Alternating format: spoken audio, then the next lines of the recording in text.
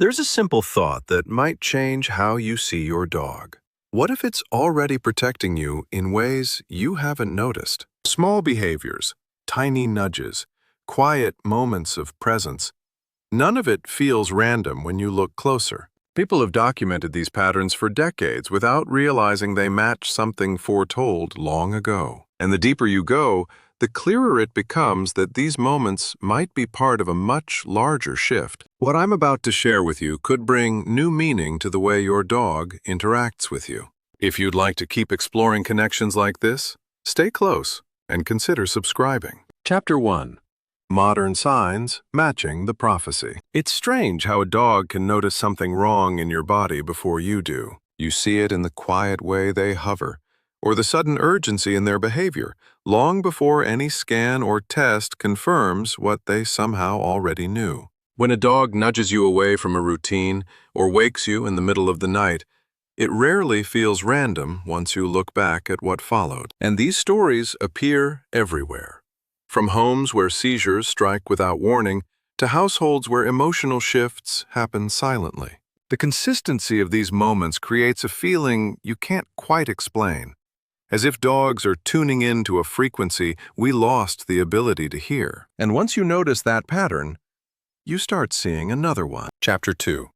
Shifts noted by veterinarians in shelters. So why were veterinarians the first to notice something shifting in dogs long before most people did?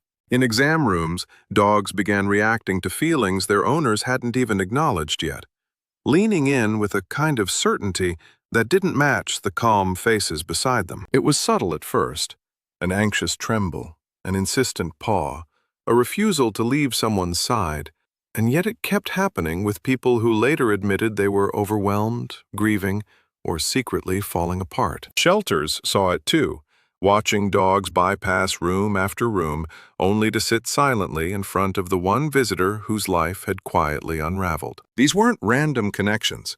They felt intentional, like the dogs were sensing something unspoken and choosing the person who needed them most. And that intentionality leads into something even more surprising. Because once those dogs left the shelter, their behavior only grew stronger. Chapter 3. Therapy Dog Behavior. Before Training.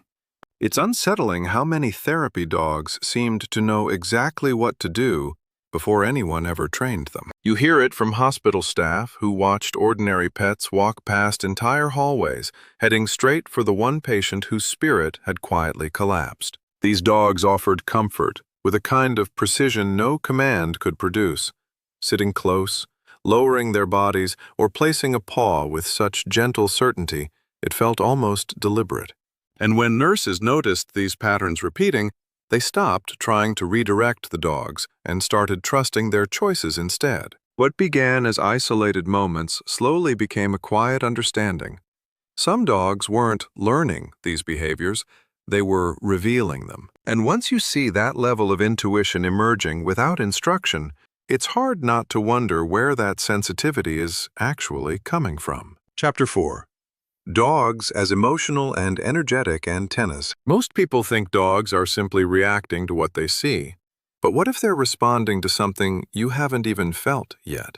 There are moments when your dog pauses, lifts its head, and studies you with a focus that feels deeper than observation, almost as if it's listening to something moving beneath the surface of your emotions. Cayce once suggested that dogs sense the subtle shifts in a person's energy, the things the mind hasn't processed, but the body has already begun to express. And if you've ever had a dog comfort you before you even knew you needed comforting, you felt the weight of that idea. It creates a strange, quiet recognition that maybe dogs are picking up echoes of an ability humans once carried naturally. And if that's true, then the changes we're seeing now might only be the beginning. Chapter 5. The 3 Waves of Canine Awakening. There's a simple thought that can shift your perspective. What if everything we're noticing is just the first phase of something much larger? The early signs, dogs detecting illness or danger long before it appears, fit the pattern of a quiet awakening, the kind that doesn't announce itself but becomes obvious in hindsight. Then comes the deeper layer, where communication moves beyond body language and settles into something almost telepathic, a kind of shared understanding that happens without sound. And for some people, that connection already feels real, like their dog hears the intention behind their thoughts rather than the words they speak. The final wave Cayce described is the most intimate, where dogs begin to absorb emotional weight the way a healer absorbs pain, simply by being close enough to feel what you're carrying. On its own, that sounds extraordinary, but stacked with everything else we've seen, it feels strangely familiar. Chapter 6. Edgar Cayce's Forgotten Prophecy About Dogs. A man sits in a darkened room, slips into a trance, and begins describing a future where dogs rise, beside us, not beneath us. It's unsettling to imagine, especially knowing he spoke these words long before therapy animals, emotional support, or modern understanding of canine behavior existed. Cayce delivered thousands of readings in this state, many of which echoed through history with uncanny accuracy. Yet the one about dogs was quietly set aside as if it didn't belong among the others. He described them not as lesser beings, but as partners evolving alongside humanity, carrying abilities we lost touch with as the world grew louder and more complicated. When he called them four-legged guardians, it wasn't poetic.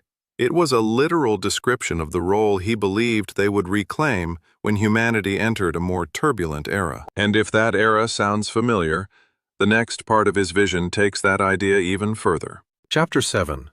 Advanced Dog Souls and Human-Dog Connection Research. Have you ever wondered why some dogs feel older than their bodies, almost like they've lived this life before? There's a depth in their presence that doesn't match the simplicity we usually assign to animals.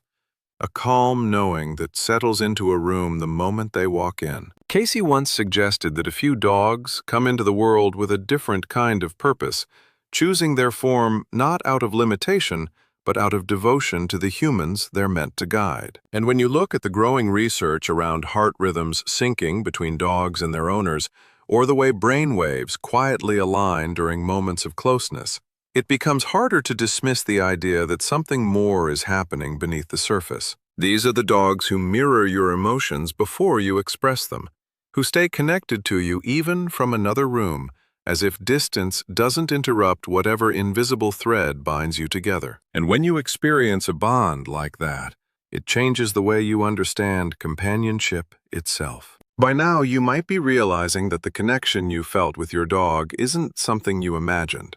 It's something you've been living without fully naming. And there's a kind of comfort in knowing you were right to trust those small moments, those looks, those instincts. What stays with you is the understanding that your dog has been attuned to you in ways that go far beyond training or habit. All of it becomes clearer when you slow down and let yourself feel how closely your dog walks beside your inner world. And once you see your bond through that lens, another question starts to rise to the surface.